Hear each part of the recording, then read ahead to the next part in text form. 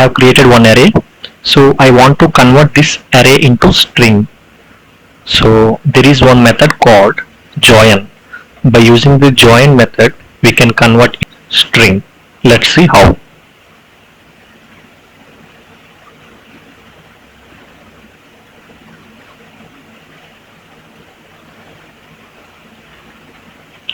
No need to pass any parameters. So see, it converted into the string.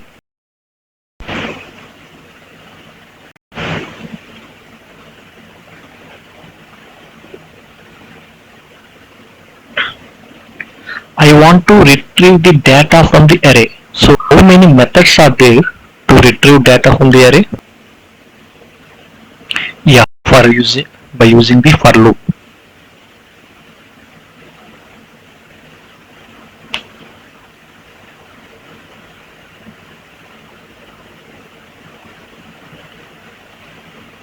I equal to 0, I less than or equal to array dot length,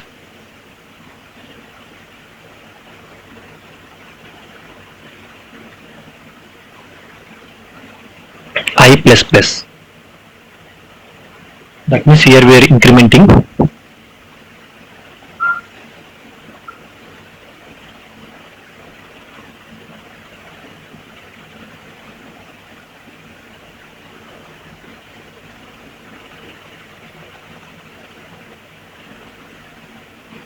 So I have initialized with I equal to 0 and I less than equal to array dot length. So it will find the length of the array and I plus plus incremental. So if I print, it will be printing all the elements which are present inside the array. Let me run. See what are the elements which are present inside the array. It got printed. By using the for each also, we can able to print all the elements inside the array.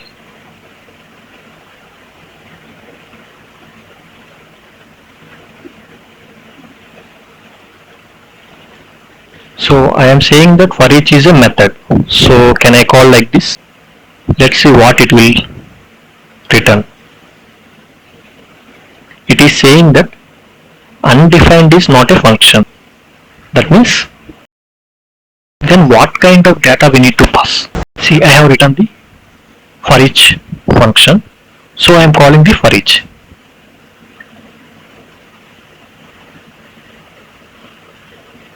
What is saying? A is not a function.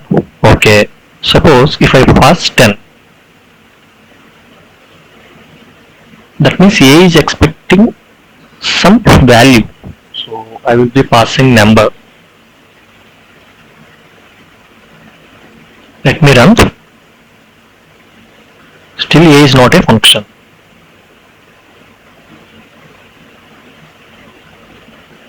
Let me do in this.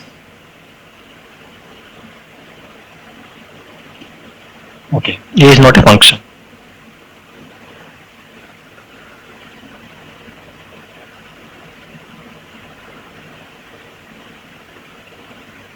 If I pass string,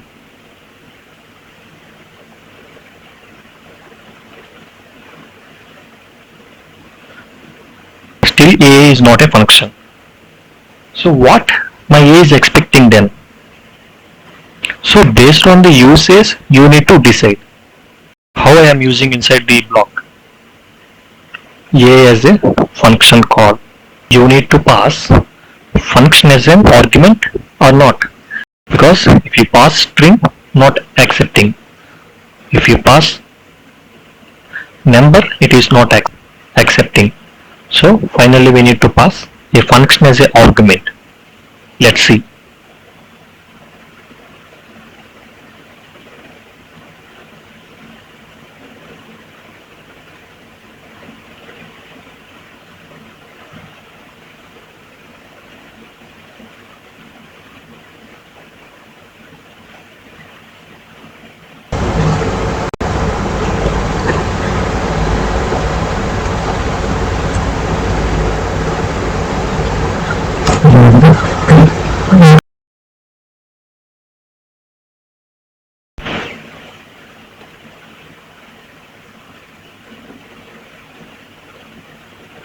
So can I write one statement inside this?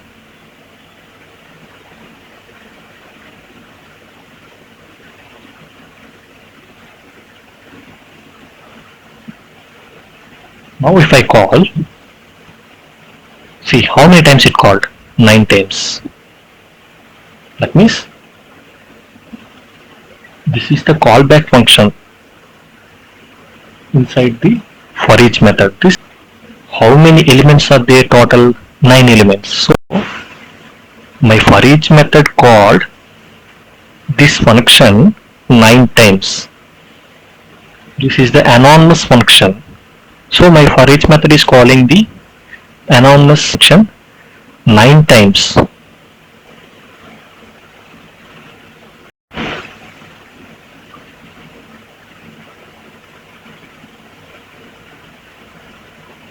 For each method is calling on each element, so I can write value comma index, as it is looping through each element. So I am going to print the statement.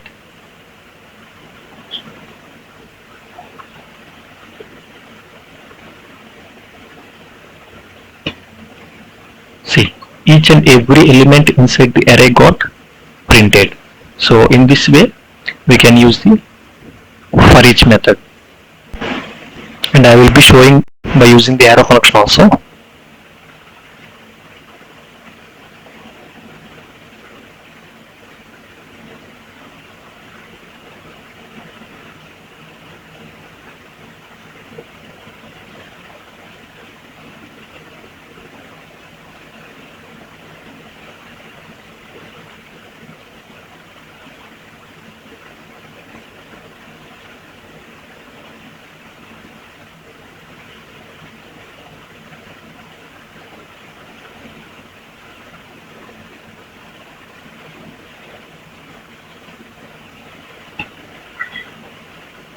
See, this is a shorter way syntax for arrow functions.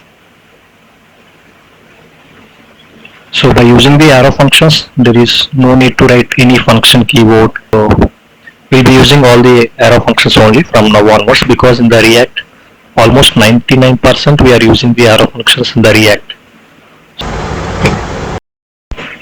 So I am having one condition,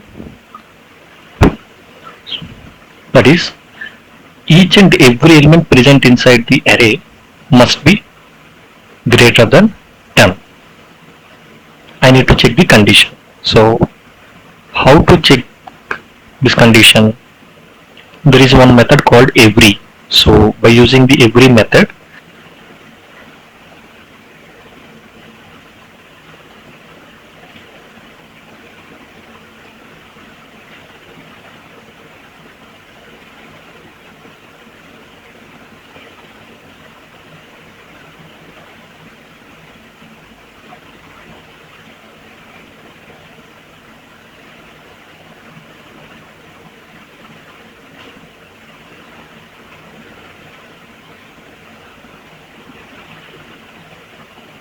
so I am using the callback function.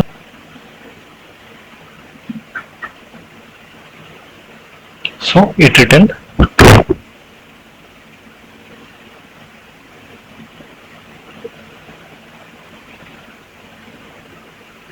So if I write 100 means it will check each and every element whether it is greater than 100. Returned false. This way we can use the every method. So here my condition is, if one element is greater than 100, it should return true. In the array of elements, any element, if it is greater than 100, it should return true. So for that we are having one method called sum.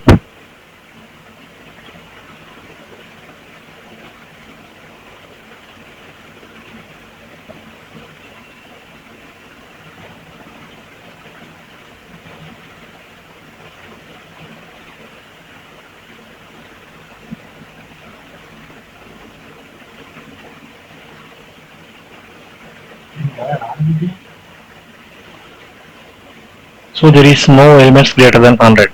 So it returns false. So sum is nothing but if any one element satisfies our condition, then it returns true. But in case of every element need to satisfy the condition. If the element is greater than 60 means all the elements should be greater than 60. Then only it will return true. Otherwise false.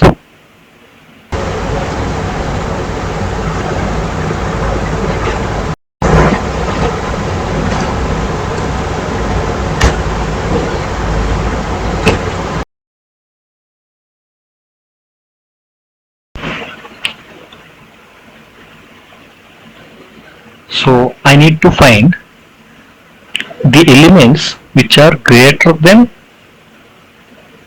70. So what are the elements which are greater than 70?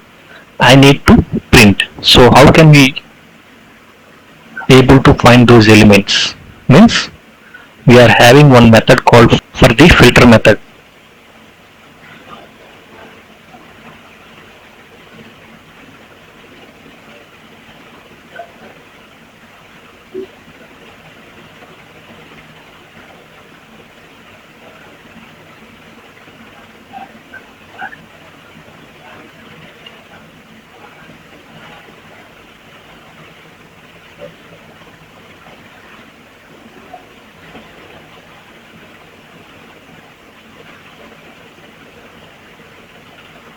The elements which are greater than 70 got printed. So here the return type of the filter is an array. Can you find the element 99 is present inside the array or not? If it is there, it returns the exact element. Let's see.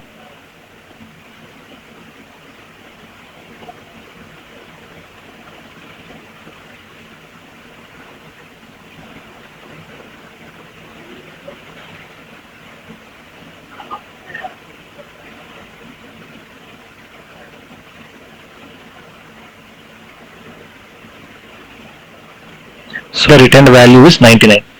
If the element not present means it returns undefined. If I pass 199, see undefined. Find index method is there. See 199 is not present inside the array, right?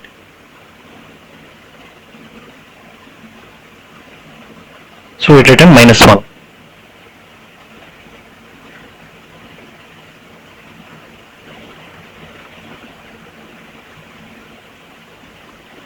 If I write the value 100 which is present, it returned 8. That means the position of the particular index is of 100 is 8. So it returned that particular index value.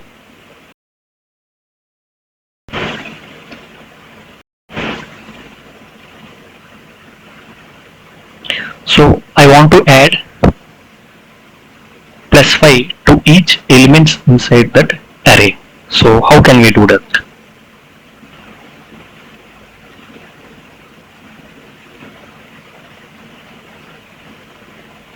So here the return type is what? For the map, it's an array. 9. Okay. So my map method returned how many elements which are present inside the array. Those many elements returned, right?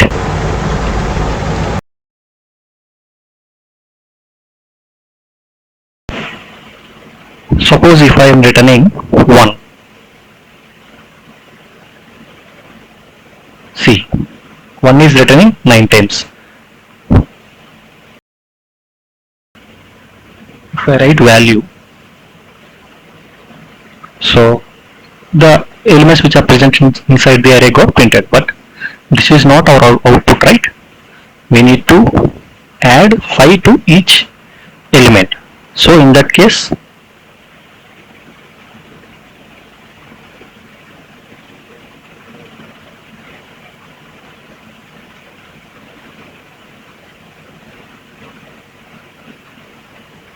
see, for each element 5 got added. So in this way we can use the map method. So map method is very important. So in React we are using the map method in multiple places throughout our project.